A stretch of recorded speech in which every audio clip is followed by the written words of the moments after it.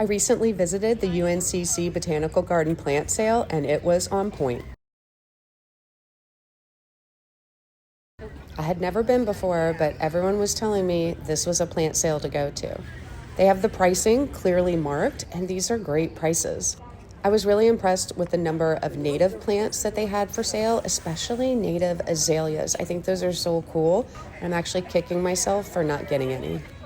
I did feel like it was a little overwhelming in that there were so many plants to look at and there were a ton of people there. I've been getting into growing camellias, so I did pick up a camellia, and I was looking for some more shade plants because most of my yard is shade and I'm just not good at planting anything other than the H's. You know, hostas, heucheras, hellebores, and hydrangeas. But a friend I visited recently had wild ginger growing in her yard, and it likes the shade and it spreads, so I definitely think I'm going to pick up one of these. Strategically placed throughout the sale are taped off holding areas where you can keep your plants while you're shopping. And then someone helps you once you've figured out what you want. They fill out a form and you take it to checkout. Totals 168.38.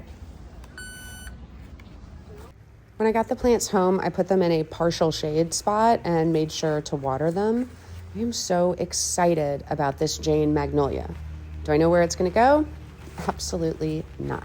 All the plants at this plant sale looked so healthy. I'm so excited to plant them.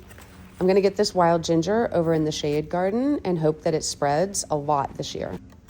Another shade plant I decided to try that I've never grown before is this Pachysandra. I don't know if I'm saying that right, but it is a shade to part shade native perennial, and also hoping this spreads. Despite the fact that we've all been taught to plant in groups of 3s and 5s, I picked up 2 of these Amsonia. I have a storm cloud Amsonia growing in one of my front beds, and I really love it, so I thought this shining blue star would be a nice addition.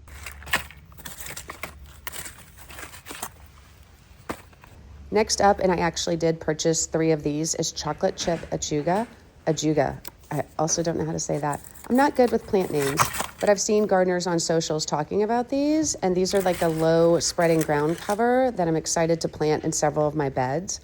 And then lastly, I got this camellia because the color is so beautiful. I don't know how to describe it. It's just this unique pink because one of the ones there was blooming.